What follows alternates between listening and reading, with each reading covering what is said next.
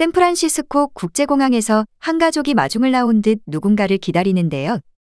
잠시 후 어여쁜 소녀가 가족을 향해 웃으며 뛰어옵니다. 하지만 가족들은 그런 소녀를 보며 어리둥절한 표정인데요. 소녀가 가까이 다가가자 믿을 수 없다는 표정을 지으며 말까지 더듬기 시작합니다. 과연 이 가족에게는 무슨 일이 있었던 것일까요? 미국 여성의 사연입니다. 안녕하세요. 저는 미국 샌프란시스코에 살고 있는 40대 여성 네리사라고 합니다. 얼마 전 막내딸인 레아가 한국에서 잠시 지내다가 미국으로 돌아왔는데 외모도 성격도 모든 것이 바뀌어 돌아오는 믿지 못할 일이 벌어졌어요. 저희 가족 구성원은 사랑스러운 남편과 아들 1명, 딸 3명의 대가족을 이루고 있는데요.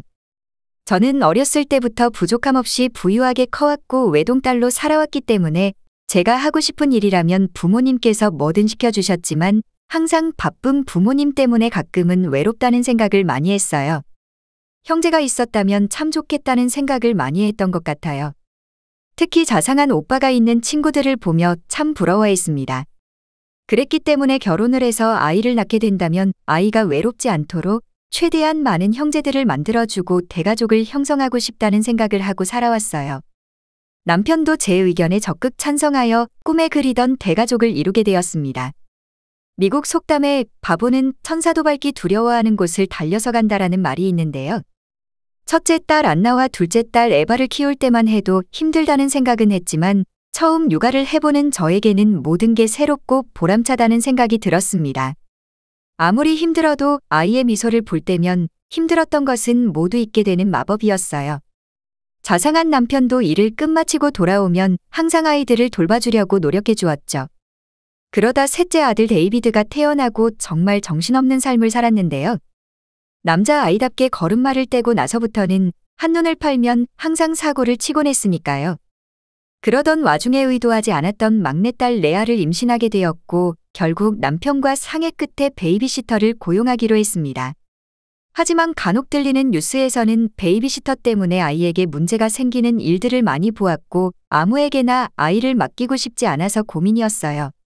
한참을 고민하던 와중에 친한 친구에게 고민을 털어놓으니 자신이 1명 추천해주겠다며 자신의 조카를 키워주셨던 분이라며 믿을 수 있다는 이야기를 했어요. 한 가지 걱정이었다면 그건 바로 미국인이 아닌 한국인이었는데요. 그 말에 망설이게 되었지만 그래도 업체를 통해 구하는 것보다는 믿을 수 있는 친구가 소개해주는 사람이 더 좋을 거라는 판단에 함께하기로 했습니다. 그녀의 이름은 미연이었는데요. 선하게 생긴 인상과 부드러운 목소리를 가지고 있어 첫인상이 너무 좋았어요. 처음부터 아이들을 케어하는 것이 한눈에 봐도 내공이 있어 보였고 가면 갈수록 인성이 정말 좋다는 생각이 매번 들었습니다. 어느 순간부터는 아이들이 엄마인 저보다도 미연을 더 잘 따르고 좋아한다는 느낌에 가끔은 섭섭할 때도 있었지만 제가 봐도 미연은 자신의 아이들처럼 돌봐주었어요. 레아도 건강하게 태어나고 막내라 그런지 유독 아이들이 레아를 이뻐해주는 것을 느꼈어요. 미연의 딸인 지아는 미국에서 유학을 하고 있는 친구였는데 가끔씩 놀러와서 아이들과 재밌게 놀아주니 아이들도 지아를 무척이나 좋아하고 잘 따랐습니다. 처음에는 베이비시터를 반년 정도만 고용해야겠다는 마음을 먹고 있었지만 어느 순간부터 미연이 없으면 안 되겠다는 생각이 들 정도로 저에게는 가장 친한 친구이자 아이들에게는 이모 같은 존재가 되었어요. 미연이는 근무 시간이 끝나도 시간과 상관없이 진심으로 아이들을 보살폈고 올바르게 자랄 수 있도록 교육도 해주었습니다. 그렇게 시간이 흘러 지아가 유학을 끝마치고 한국으로 돌아간다는 소리를 하며 미연 또한 한국으로 같이 간다는 이야기를 해왔어요. 가는 마지막까지도 아이들을 걱정하며 막내딸 레아가 학교 갈 때까지만 같이 지내고 싶었는데 상황이 안 되어 안타깝다는 소리에 많은 감정이 뒤섞이더군요. 나중에 꼭 다시 만나자는 소리와 함께 그녀는 한국으로 떠나갔습니다. 그렇게 미연이 한국으로 떠나고 난 뒤 평화롭기만 하던 저희 가정에 사소한 문제가 생기기 시작했는데요. 다시 구했던 베이비시터는 아이들을 보살핀다기보다는 대충 시간만 보내다가 돈을 받아 가는 그런 사람이었어요. 마음에 안 들어 몇 번이나 교체를 하였지만 미연과 같은 사람은 단 1명도 없었습니다. 아니 어쩌면 제가 미연을 만난 것이 정말 행운이었다고 생각해요. 그것이 문제였을까요? 다른 아이들은 문제가 없었지만 막내딸 레아가 점점 커가면서 변해가기 시작했습니다. 막내라고 다들 너무 이뻐하기만 해서 그런 건지 어느 순간부터는 저와 남편의 말도 무시하고 자기가 하고 싶은 대로 하지 못하면 세상이 무너질 듯처럼 소리 지르고 울어댔어요. 처음에 강하게 나가서 버릇을 고쳤어야 했는데 마음이 약해져서 그러질 못해 레아의 성격은 더욱 고집불통에 뭐든 자기만 생각하는 아이가 되었습니다.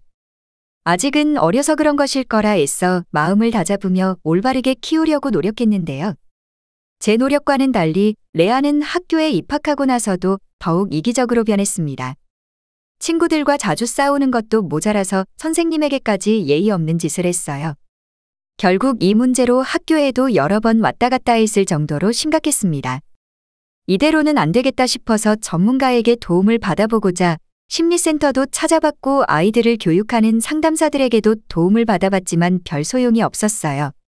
학교에서도 질이 안 좋은 친구들과 어울리며 용돈을 충분히 주는데도 매번 부족하다며 돈을 달라고 했죠. 가끔은 말도 하지 않고 집에 늦게 들어오는 바람에 가족 모두 레아 때문에 난리가 나기도 했어요. 당연히 공부에는 전혀 관심이 없었고 무언가 해보고자 하는 노력조차 없었습니다. 하고 싶어 하는 것은 부족함 없이 지원해 줄 수 있었는데도 아무것도 하지 않길 원하니 막막했어요. 화를 내보기도 하고 잘 타일러 보기도 하고 다양한 방면으로 노력해봤지만 달라지는 것이 없었기에 점점 지쳐만 갔습니다. 어느 날부터인가 레아의 방에서 알 수 없는 노래가 들려오기 시작하더니 무언가에 관심이 생긴 듯 보였어요. 레아가 살면서 처음으로 관심이 생긴 건 바로 한국 아이돌이었는데요. 아이돌을 좋아하는 건 마음에 들지는 않았지만 그래도 무언가에 관심을 가지기 시작하니 나쁜 짓을 하고 돌아다니지 않아서 다행이라고 생각했어요. 레아의 친구들은 집에 자주 놀러 왔었는데 전부 K-팝을 좋아하는 친구들 뿐이었죠. 고등학교에 입학하고 나서부터는 레아의 미래에 걱정이 되기 시작했는데요. 이대로 간다면 유급을 하는 건 물론이고 학교를 졸업을 할 수 있을지도 걱정을 해야 했어요. 어떻게 해야 할지 방법을 찾아보던 중에 한국 고등학교를 단기로 교환학생을 갈 수 있다는 소리를 들었는데요. 다른 곳이었다면 한 귀로 듣고 흘렸을 텐데 한국이라는 소리에 관심이 가게 되었습니다. 레아가 한국 아이돌을 좋아하기도 하고 어렸을 때 아이들을 같이 돌봐준 미연이도 한국인이었으니까요. 미연이에게 오랜만에 연락하여 안부를 물으며 레아에 대해 이야기하기 시작했는데요. 마침 레아가 교환학생으로 가는 서울에 자신도 살고 있으니 한국으로 오게 된다면 자신의 집에서 머물며 신경 써주겠다는 말을 먼저 해주어서 너무 고마웠어요. 레아에게 한국에 잠시 동안 교환학생 가는 것이 어떤지 조심스럽게 물어보자 너무나 좋아하며 오히려 자신이 그 말을 하려고 했다는 소리를 해왔습니다. 싫어할 거라 생각해서 어떻게 설득해야 하나 걱정하고 있었는데 제가 생각했던 것보다 한국을 많이 좋아하고 있었어요. 사실 한국에 간다 하더라도 짧은 시간 동안 무언가 바뀐다는 건 힘들다는 생각을 했지만 자포자기하는 심정으로 이곳에서 의미 없는 시간을 보내는 것보다는 차라리 다양한 경험을 해보는 것이 더 좋을 거라 판단했습니다. 그렇게 레아는 한국으로 가게 되었는데요. 아무렇지 않을 줄 알았는데 막상 레아가 집에 없으니 공허한 느낌이 들면서 우울함이 밀려왔어요. 한국으로 가고 나서 처음 레아에게 연락이 와서 잘 지내고 있다는 소리에 반가우면서도 미국과 한국의 시차 때문에 자주 연락할 수는 없을 것 같다는 소리에 안타까웠습니다. 하지만 저희 그런 마음을 예상이라도 한 것인지 미연이는 종종 레아의 영상을 찍어 저에게 보내주었어요. 그리고 몸 건강히 잘 지내고 있으니 걱정하지 말라는 말을 항상 해주었죠. 영상에서 매번 행복한 얼굴로 이야기를 하고 있는 모습을 보니 안심이 되었습니다. 남편도 처음에는 레아가 혼자 한국으로 간 것이 불안한 모습이었는데 영상을 보고 이제는 걱정 없다는 듯 편안한 모습이었죠. 반년이라는 시간은 생각보다 금방 흘러갔고 어느덧 레아가 미국으로 돌아올 시기가 되었습니다. 많은 시간 떨어져 있지는 않았지만 빨리 레아를 보고 싶었죠. 남편과 함께 공항으로 마중을 나가 레아가 오기만을 기다렸어요. 잠시 후 한 이쁜 소녀가 저희를 보고 뛰어오는데 바로 레아였죠. 처음에는 스타일뿐만 아니라 화장도 한국 스타일로 한 것인지 이미지가 너무 달라져서 레아가 아닌 줄 알았어요. 그뿐만 아니라 삐쩍 말랐던 몸매도 보기 좋게 살이 올라와 분위기 또한 많이 달라져 있었는데요. 한국에 가기 전에는 어두운 느낌의 무표정일 때가 많았는데 한국에서 돌아오니 항상 웃는 표정에 밝은 느낌을 주었습니다. 이렇게 밝아진 것만 해도 한국에 보내길 잘했다고 생각했을 텐데 더욱 놀라웠던 건 레아가 완전히 바뀌어서 왔다는 건데요. 예전 같았다면 제가 말하는 거에 귀찮아하며 말대꾸를 하고 듣는 둥 마는 둥 했었는데 이제는 자신이 먼저 다가와 이야기를 건네는 모습이었죠. 밥을 먹을 때마다 음식을 차려주셔서 감사하다며 잘 먹겠다는 인사를 건네고 먹은 뒤에 설거지 또한 자신이 하겠다는 모습에 어안이 벙벙했어요. 가끔은 자신이 한국 요리를 해주겠다며 직접 요리를 하는 모습을 보니 눈물이 날 정도였죠.